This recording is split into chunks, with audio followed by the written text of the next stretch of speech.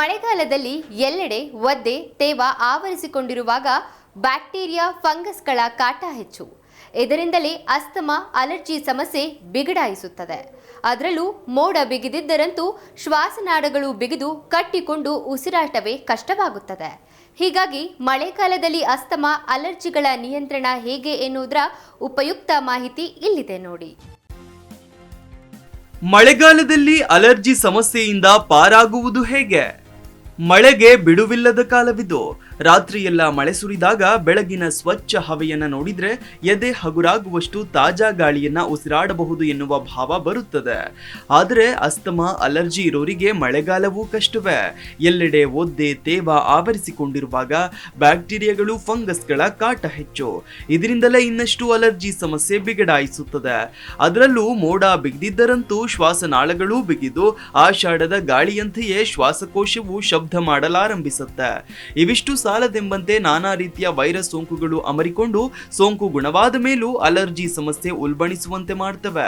ಹೀಗಾಗಿ ಮಳೆಗಾಲದಲ್ಲಿ ಆಸ್ತಮಾ ಅಲರ್ಜಿಗಳ ನಿಯಂತ್ರಣ ಹೇಗೆ ಅನ್ನುವ ಪ್ರಶ್ನೆ ನಿಮ್ಮನ್ನ ಕಾಡ್ತಿರಬಹುದು.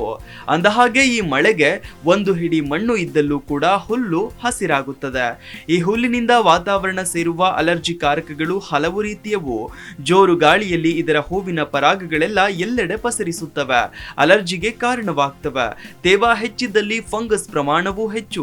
ಜೋರು ಮಳೆಯ ಪರಿಸರದಲ್ಲಿ ಗೋಡೆ ಬಾಗಿಲುಗಳ ಮೇಲೂ ಕೂಡ ಫಂಗಸ್ ಬೆಳೆದಿರುತ್ತೆ. ಇವುಗಳನ್ನ ಕಾಲಕಾಲಕ್ಕೆ ಸ್ವಚ್ಛಗೊಳಿಸದಿದ್ದರೆ ಆಸ್ತಮಾ ಸಮಸ್ಯೆ ಬಿಗಡಾಯಿಸಬಹುದು. ಯಾವುದೇ ರೀತಿಯ ಪರಾಗಗಳ ಅಲರ್ಜಿಯೂ ಕೂಡ ಈಗ ತೊಂದರೆ ಕೊಟ್ಟಿತ್ತು. ಜೋರು ಗಾಳಿ ಮತ್ತು ಮೋಡ ಮುಸುಕಿದ ವಾತಾವರಣಗಳೇ ಇದಕ್ಕೆ ಕಾರಣ. ಅಲರ್ಜಿ ಹೆಚ್ಚುತ್ತದೆ ಎನ್ನುವುದಕ್ಕೆ ಕೆಲವು ಲಕ್ಷಣಗಳು ಕಾಣಿಸಿಕೊಳ್ಳಬಹುದು. ಸೀನು, ಮೂಗು ಸೋರುವುದು, ಒಣಕೆಮ್ಮು, ಉಸಿರಾಡಲು ಕಷ್ಟವಾಗುವುದು, ಉಸಿರಾಡುವಾಗ ಸಿಳ್ಳೆ ಹಾಕಿದಂತೆ ಪಪ್ಪುಸಗಳಿಂದ ಶಬ್ದ, ಸುಸ್ತು, ಆಯಾಸ, ಕಣ್ಣು ಕೆಂಪಗಾಗುವುದು, ಕಣ್ಣಿನಲ್ಲಿ ತುರಿಕೆ, ಕಣ್ಣು ಊದಿಕೊಂಡು ನೀರು ಬರುವುದು, ತಲೆನೋವು, ಮೈಮೇಲೆ ಗುಳ್ಳೆಗಳು ಬಂದು ಕೆಂಪಗಾಗುವುದು ಇತ್ಯಾದಿ ಲಕ್ಷಣಗಳು ಅಲರ್ಜಿ ಸಂದರ್ಭದಲ್ಲಿ ಕಾಣಿಸಿಕೊಳ್ಳಬಹುದು. ಹೀಗಾದಾಗ ಏನ್ ಮಾಡಬೇಕು ಅಂದ್ರೆ, ಆಸ್ತಮಾ ಅಲರ್ಜಿ ತೊಂದರೆ ಇದೆ ಅಂತ ಆದ್ರೆ ವೈದ್ಯರು ಹೇಳಿದ ಔಷಧಿಗಳನ್ನ ನಿಯಮಿತವಾಗಿ ತೆಗೆದುಕೊಳ್ಳಿ. ಅಲರ್ಜಿ ನಿಯಂತ್ರಣಕ್ಕೆ ಸರಿಯಾದ ಚಿಕಿತ್ಸಾ ವಿಧಾನವನ್ನ ಪಾಲಿಸೋದು ಅತ್ಯಗತ್ಯ. ಪಫ್ಗಳನ್ನ ತೆಗೆದುಕೊಳ್ಳಬೇಕು ಎಂದಾದ್ರೆ ದಿನದ ಲೆಕ್ಕವನ್ನ ಪಕ್ಕಾ ಇರಿಸಿಕೊಳ್ಳಿ. ಸೋಂಕುಗಳಿಂದ ತಪ್ಪಿಸಿಕೊಳ್ಳೋದು ಮುಖ್ಯ ಎಂದಾದಲ್ಲಿ ಫ್ಲೂ ಲಸಿಕೆ ಪಡೆಯಿರಿ. ನಿಮಗೆ ಯಾವೆಲ್ಲ ಆಹಾರಗಳು ಅಲರ್ಜಿ ತರುತ್ತವೆ ಅನ್ನೋದನ್ನ ತಿಳಿದುಕೊಳ್ಳೋದು ಹೆಚ್ಚಿನ ನೆರವನ್ನ ನೀಡಬಹುದು. ಮನೆಯೊಳಗೆ ಹೆಚ್ಚಿನ ತೇವ ನಿಲ್ಲದಂತೆ ಜಾಗ್ರತೆ ಮಾಡಿ.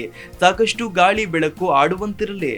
ಮಳೆ ಇಲ್ಲದ ಸಮಯದಲ್ಲಿ ಬಿಸಿಲಿದ್ದಾಗ ಕಿಟಕಿಗಳನ್ನ ತೆರೆದಿಡೋದು ಸಹಕಾರಿ. ಹಾಗಿಲ್ಲದಿದ್ದರೆ ಎಕ್ಸಾಸ್ಟ್ ಫ್ಯಾನ್ ಗಳನ್ನ ಅಳವಡಿಸಿಕೊಳ್ಳಿ. ಮನೆಯೊಳಗೆ ಧೂಳು ಕಸ ಉಳಿಯದಿರಲಿ. ಮನೆಯಲ್ಲಿ ಸಾಕು ಪ್ರಾಣಿಗಳಿದ್ದರೆ ಅವುಗಳ ಕೂದಲಿನಿಂದ ಅಲರ್ಜಿ ಉಂಟಾಗುವ ಸಾಧ್ಯತೆ ಹೆಚ್ಚು. ಹಾಸಿಗೆ ಹೊದಿಕೆಯ ವಸ್ತ್ರಗಳನ್ನ ಕಪಾಟಿನಿಂದ ನೇರವಾಗಿ ತೆಗೆದು ಉಪಯೋಗಿಸಬೇಡಿ. ಅವುಗಳನ್ನ ಬಿಸಿಲಿಗೆ ಆರಲು ಬಿಡಿ ಅಥವಾ ಡ್ರೈಯರ್ಗೆ ಹಾಕಿ. ಅದಿಲ್ಲದಿದ್ರೆ ಇಸ್ತ್ರಿ ಮಾಡಿ ಉಪಯೋಗಿಸಿ. ಮನೆಯಿಂದ ಹೊರಗೆ ಹೋಗುವಾಗ ಬೆಚ್ಚಗಿನ ವಸ್ತ್ರಗಳು ಅಗತ್ಯ. ಗಾಳಿ ಹೆಚ್ಚಿದ್ದರೆ ಮುಖಕ್ಕೆ ಮಾಸ್ಕ್ ಹಾಕಿ. ಕಟುವಾದ ಪರಿಮಳಗಳು ನಿಮಗೆ ಹೇಳಿ ಮಾಡಿಸಿದ್ದಲ್ಲ. ನಿಮ್ಮ ವೈಯಕ್ತಿಕ ಶುಚಿತ್ವದ ವಸ್ತುಗಳಾದ ಸೋಪು, ಶಾಂಪೂ, ಕ್ರೀಮ್ಗಳಿಗೆ ಕಟುವಾದ ಘಮವಿದ್ದರೆ ಅದನ್ನು ಬದಲಾಯಿಸಿ. ಪರ್ಫ್ಯೂಮ್ಗಳು ಸಹ ತೊಂದರೆ ತಂದಾವು ಜೋಕೆ. ಮಳೆ ಚಳಿ ಏನೇ ಆದ್ರೂ ದಿನವೂ ಸ್ನಾನ ಮಾಡಿ.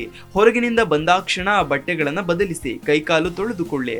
ಇದರಿಂದ ಸೋಂಕು ಮತ್ತು ಅಲರ್ಜಿ ಕಾರಕಗಳನ್ನ ನಿಯಂತ್ರಿಸಬಹುದು. ಉಗುರುಗಳನ್ನ ಕತ್ತರಿಸಿ ಸ್ವಚ್ಛವಾಗಿಟ್ಕೊಳ್ಳಿ.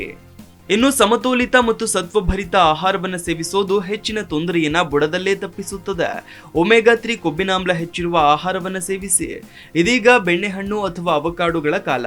ಒಮೆಗಾ 3 ಕೊಬ್ಬಿನಾಮ್ಲ ಹೇರಳವಾಗಿರುವ ಅವುಗಳನ್ನ ಮನಸ್ಸೋಹಿಚ್ಚೆ ತಿನ್ನಿ. ಜೊತೆಗೆ ವಿಟಮಿನ್ ಸಿ ಹೆಚ್ಚಿರುವ ಕಿತ್ತಳೆ, ಬೆರ್ರಿಗಳು, ಪಾಲಕ್, ಸೊಪ್ಪು ಹಾಗೆಯೇ ಕ್ಯಾಪ್ಸಿಕಮ್ ನಂಥವು ನಿಮಗೆ ಬೇಕು. ಚೆನ್ನಾಗಿ ನೀರು ಕುಡಿಯಿರಿ. ಮಳೆಗಾಲದಲ್ಲಿ ಬಾಯಾರಿಕೆಯೇ ಆಗೋದಿಲ್ಲ ಅನ್ನುವ ನೆಪ ಹೇಳಬೇಡಿ.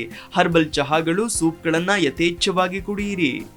Desk bureau, Zee Kannada news.